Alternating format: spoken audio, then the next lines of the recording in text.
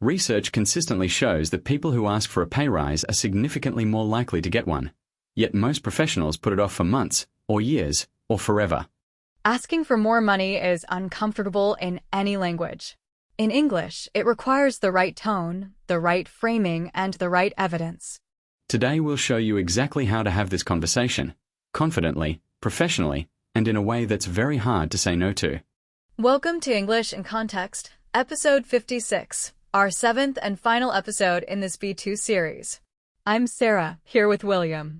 And we're ending on a topic that really matters: how to discuss a pay rise with your manager.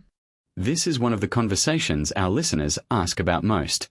And it's no wonder. It combines all the challenges we've covered this series: being assertive, using professional vocabulary, staying calm under pressure, and making a compelling case. We'll follow Alex, who has been with his company for 2 years, as he requests and then conducts a salary review meeting with his manager, Elena. Notice how Alex grounds his request in evidence and market data, not just the fact that he thinks he deserves more. That's the key difference between a request that works and one that doesn't. Alex sends an email to request the meeting. Alex, hi Elena, I'd like to schedule some time to discuss my compensation.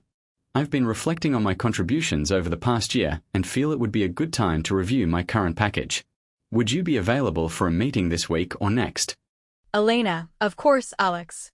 Thursday at 2 p.m. works for me. I look forward to it. Thursday arrives. Alex sits down with Elena. Elena, so Alex, you wanted to talk about your salary? Alex, yes, thank you for making the time. I want to start by saying how much I value being part of this team.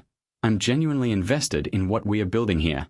That's actually why this conversation matters to me. Elena, I appreciate that. Go ahead. Alex, over the past 18 months, I've taken on considerably more responsibility than my original role outlined. I led the product launch in Q2, which came in under budget and exceeded our user acquisition targets by 40%. I also stepped up to manage the junior team while we were short-staffed. Elena, those contributions haven't gone unnoticed, Alex. I'm glad you're raising this. Alex, I'm glad to hear that. Based on my research into the current market, I believe my skills and experience are in line with a salary of around £62,000. My current package sits at £54,000, which represents a meaningful gap relative to market rate. Elena, I appreciate you coming prepared with that data. I can see you've done your homework. I can't commit to a number today, but I can tell you that I support a meaningful adjustment. Let me take this to HR and come back to you within a week. Alex, that's very reassuring to hear.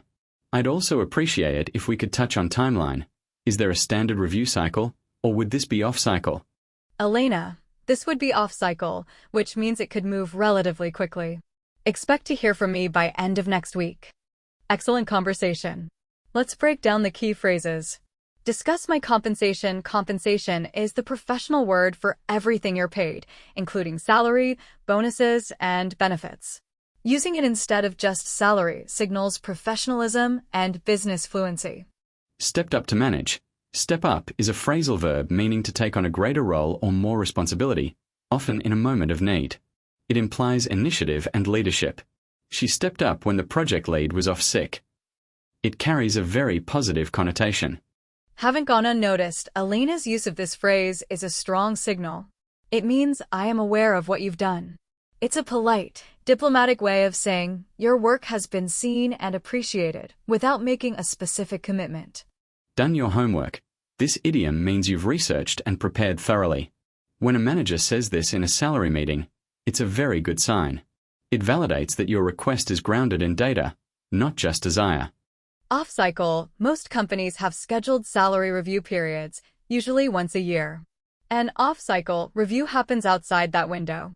Knowing this term and asking about it, as Alex did, shows that you understand how corporate processes work. Elena follows up by email a week later. Elena, hi Alex, following up on our conversation. After reviewing your case with HR and senior leadership, we'd like to offer you a revised salary of £59,500, effective from the 1st of next month. This represents a 10.2% increase. Alex replies, "Thank you so much, Elena. I really appreciate the transparency throughout this process. I want to be open with you.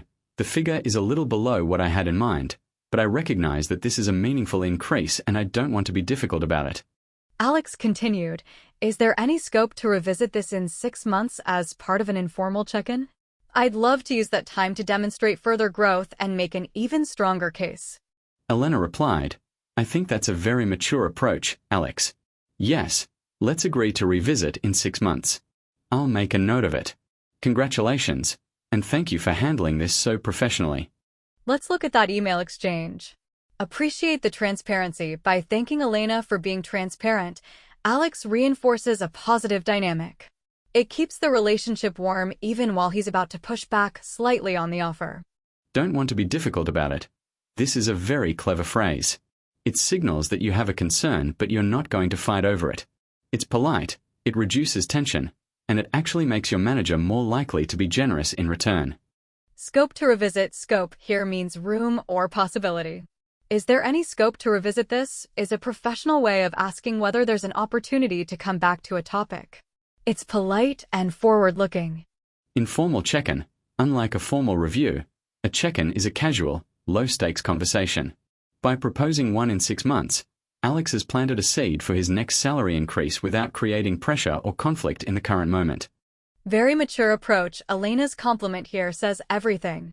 Alex managed to acknowledge his disappointment, accept the offer gracefully, and still secure a commitment for a future review.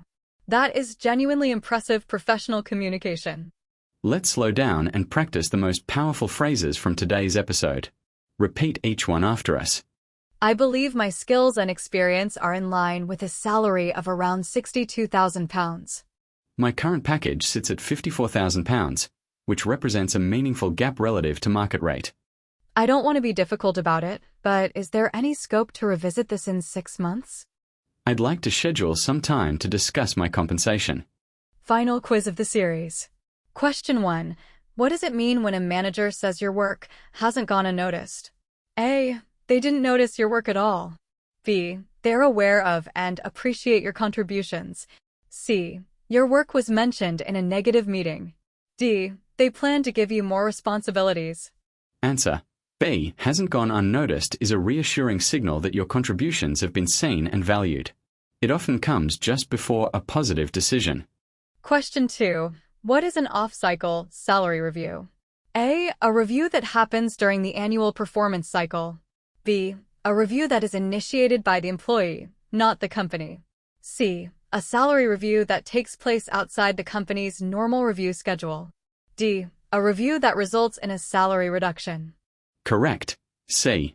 An off-cycle review happens outside the standard annual or biannual process. It can be faster because it doesn't wait for the normal cycle. Question 3. Why did Alex say, "I don't want to be difficult about it," after receiving an offer lower than he expected? A. To signal that he was unhappy and would leave the company. B. To politely acknowledge his concern while keeping the conversation constructive and the relationship intact. C. Because he had decided to accept any offer given to him. D. To make Elena feel guilty about the low offer. The answer is B. It's a strategic phrase that allows Alex to express mild disappointment without damaging the relationship, and then use that goodwill to secure a commitment for a future review. And that is a wrap on episode 56, and on this entire B2 series. From job interviews to salary negotiations, you now have a complete toolkit for professional English in the real world. The most important thing to remember: preparation beats nerves every time. Know your numbers, know your value, and practice the phrases until they feel natural. Thank you for listening to English in Context. If this series has helped you, please subscribe, leave a review, and share it with someone who's working on their professional English. We'll see you in the next series.